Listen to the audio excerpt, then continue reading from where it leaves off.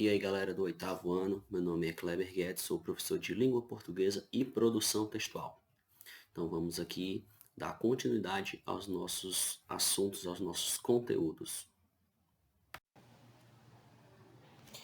E aí, pessoal, vamos lá colocando nosso livro de português, certo? A gente sabe que tanto a disciplina de redação quanto de português nós usamos o mesmo livro, que é o livro Araribá Plus, da editora Moderna, tá bom? De linguagens, livro de português.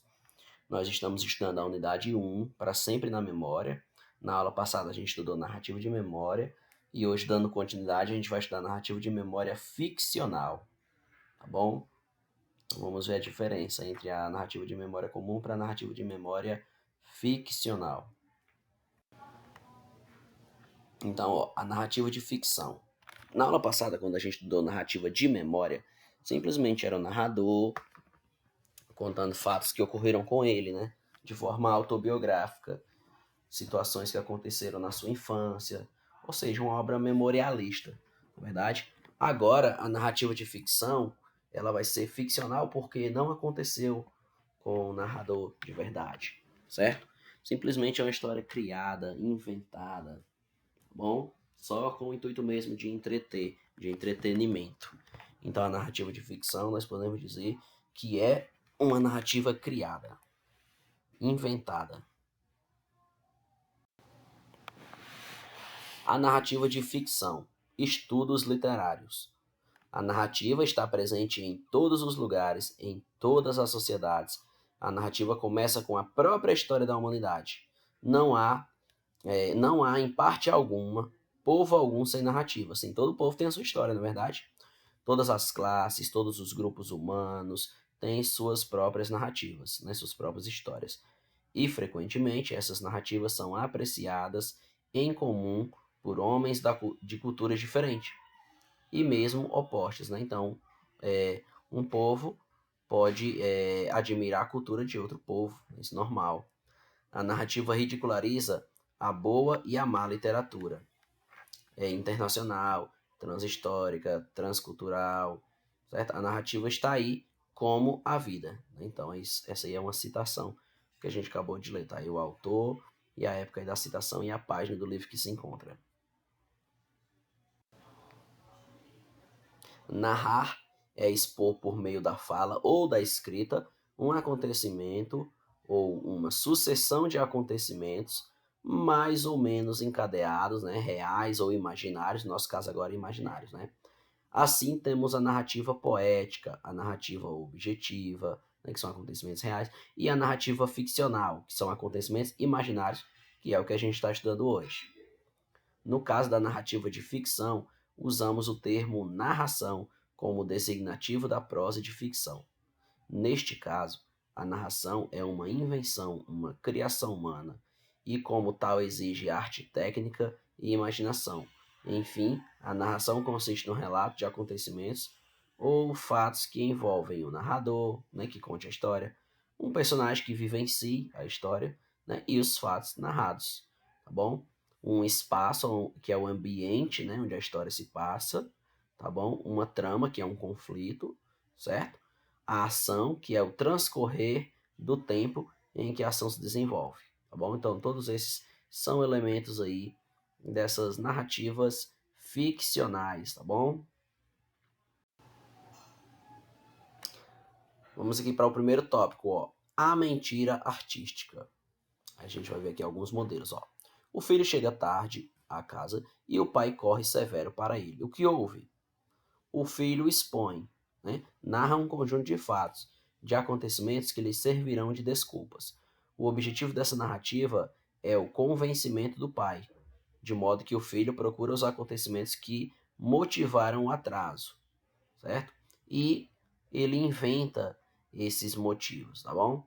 Daí, não é sem razão dizer que o primeiro filho mentiroso descobriu a arte da narrativa, que agrada mais e convence mais porque vai além dos fatos da realidade. A mentira artística chama-se ficção, certo? Então, dentro da literatura, né, há literários que defendem que a história imaginativa de ficção ela chama mais atenção, ela causa mais curiosidade, né? E eu também imagino assim, porque ela vai além da realidade, tá bom? Mas cada um tem um gosto, né, na literatura. Como música, cada um tem o seu gosto também. A narrativa de ficção ou narração. A narrativa de ficção é construída, elaborada de modo a emocionar e impressionar as pessoas como se fossem reais. Então a história é contada como se fosse real, mas na verdade é tudo uma invenção, né? Quando você lê um romance, uma novela, um conto, por exemplo, sabe que aquela história foi inventada por alguém e está sendo vivida de mentira por personagens fictícios, tá bom? Que não existem na vida real.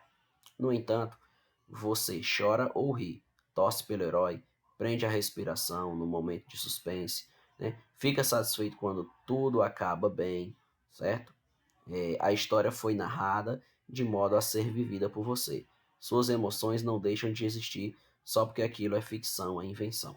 No mundo da ficção, a realidade interna é mais ampla que a realidade externa, né?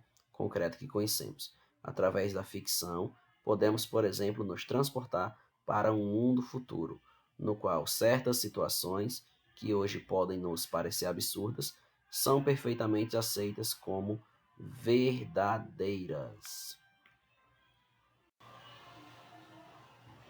Os contos de fadas, as fábulas, os desenhos animados e também, né, as narrativas fantásticas, em que tudo que acontece, né, em que tudo que pode acontecer, também nos remetem a outra realidade, bem mais ampla da que vivemos, porque são fatos surreais, né, podemos dizer assim.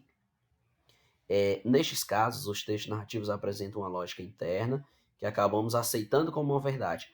É o que alguns teóricos chamam de suspensão voluntária da descrença. Para exemplificar essa suspensão, né, a gente vê aqui dois exemplos. Ó. Em A Metamorfose, né, do escritor tcheco Franz Kafka, inicia a narrativa com o personagem Gregor Samsa, transformado em um inseto. Tá bom? Isso aqui é uma metáfora da condição humana em um mundo adverso, desumano. Vamos ler um trechinho para ver que interessante, ó. Certa manhã, ao despertar de sonhos intranquilos, Gregor Samsa viu-se em sua cama, metamorfoseado num inseto monstruoso. Estava deitado sobre as suas costas, duras como couraça. E, ao erguer um pouco sua cabeça, viu o seu ventre marrom, abaulado, divididos em saliências arqueadas. Então viram aqui ó, a questão da imaginação, da ficção, né? Você entra ali no mundo do personagem, você começa a imaginar a cena, a pensar tudo na sua mente, né? Imaginar como que seria essa situação. Já Machado de Assis, né, em Memórias Póstumas de Brás Cubas, dá voz a um defunto que narra no primeiro capítulo de seu óbito. Olha, galera, essa aqui é Memórias Póstumas de Brás Cubas, certo? É do escritor brasileiro Machado de Assis, um dos escritores mais importantes da literatura, não apenas brasileira, certo? Mas mundial. Machado de Assis, ele é conhecido no mundo todo, né, da literatura, tá bom? Em Memórias Póstumas, o personagem ele é um defunto, então ele narra a história a partir do momento da sua morte, tá bom? Então vamos lá, ó, um trechinho. Há algum tempo hesitei se deveria começar estas histórias pelo princípio ou pelo fim, isto é, se poria em primeiro lugar meu nascimento ou a minha morte. Suposto o uso vulgar começar pelo nascimento, duas considerações me levaram a adotar diferentes métodos. A primeira é que não sou propriamente um autor defunto, mas um defunto autor. Certo? Então aí já causa curiosidade, né, nos leitores. Então, ó, para o leitor prosseguir na leitura dessas narrativas, é necessário que ele suspenda temporariamente, né, e voluntariamente a sua descrença e aceite como um fato da realidade uma personagem transformada em um inseto horroroso e um defunto que resolve contar suas memórias. Então, como assim? A gente tem que esquecer o que a gente conhece na vida real e entrar naquele universo fantasioso, tá bom? Assim como você está assistindo, por exemplo, o filme do Harry Potter, certo? Então você entra ali naquele mundo da fantasia, certo? Então você aceita aquilo como verdade naquele momento que você está assistindo, beleza? Então, toda narrativa de ficção transmite uma determinada visão da vida. É por essa razão que as narrativas de ficção ou a ficção nos tocam tão de perto. Por isso que ela chama tanta atenção e faz tanto sucesso.